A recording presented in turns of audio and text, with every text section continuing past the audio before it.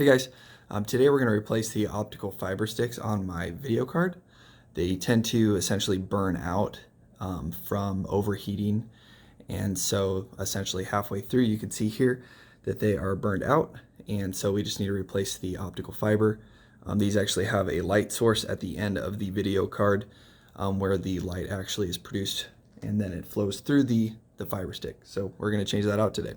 So next step here, we're just going to power down our PC. We're going to flip the power supply switch off in the back. We're going to unplug our HDMI cables, and then we're going to take off the glass that protects the PC. We're going to unplug the video card here. We're going to unplug it down here as well, and then the video card essentially will just pull that out to access these light strips. All right, so now I got the video card out of the computer.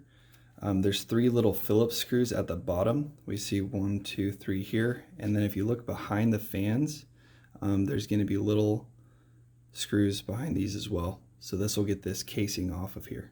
On the right side of the video card, there's a little plug here which controls the RGB on the front plate. Just got to pull that out, and then that's going to allow the plate to come off of the video card. And then on the back side of this plate is where we're going to find those fiber sticks.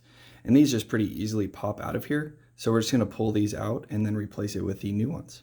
So here's my new optic fiber lines. I got about 3 feet, and they are 0.18 inches in diameter, which is a little bit smaller than the factory ones, but they will work just fine.